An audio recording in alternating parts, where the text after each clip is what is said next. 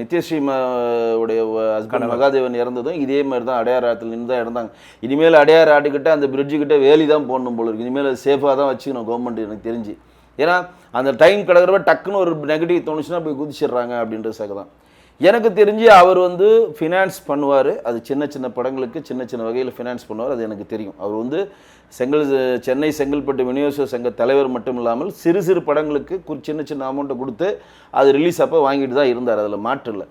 ஆனால் இப்போ பொது வழியில் நிறைய பேர் சொல்கிற மாதிரி 20 கோடி கொடுத்துருக்காரு, 20 கோடி பணம் இருக்கா அப்படின்னு கேட்டால் அது எனக்கு பெருசாக தெரியல. எனக்கு அது உண்மையானு தெரில. ஏன்னா 20 கோடி ரூபா பணம் இருக்கவங்க இன்றைக்கு தனியாக இருக்க வேண்டிய அவசியம் இல்லை. ஒன்று எனக்கு தெரிஞ்சு அந்த 20 கோடி படத்தில் மேபி ஒரு குறிப்பிட்ட பணம் அவருக்கு சொந்தமாக இருக்கலாம்.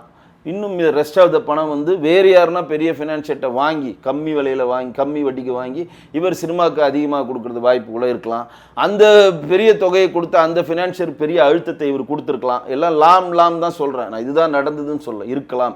ஏன்னா மனோதத்துவ ரீதியாக நம்மளும் நிறைய பேருக்கு சூசைட் அட்டன் பண்ணுறவங்களும் நம்ம போய் பேசி அந்த அட்டம் காப்பாற்றிட்டு வந்திருக்கோம். மனோதத்துவ ரீதியாக கடன் கொடுத்தவன் எவனும் செத்ததை நான் கேள்விப்பட்டதில்லை வரையும். கடன் வாங்கினவன் தான் கடன் வாங்கிட்டோமே அவன் ப்ரெஷர் ஓவராக தாங்க முடியல, ஃபேமிலியை அசிங்கப்படுத்துறோன்னு சொல்கிறானே, போலீஸ் ஸ்டேஷனுக்கு கூப்பிட்றானே, கோர்ட்டுக்கு போகிறான்றானே, அந்த பஞ்சாயத்துக்கு கூப்பிட்றானே, இந்த பஞ்சாயத்துக்கு கூப்பிட்றானே, இந்த மன உளைச்சல் ஓடிக்கிட்டே இருக்கும் தான். இப்படி தான் நான் பார்த்துருக்கேன்.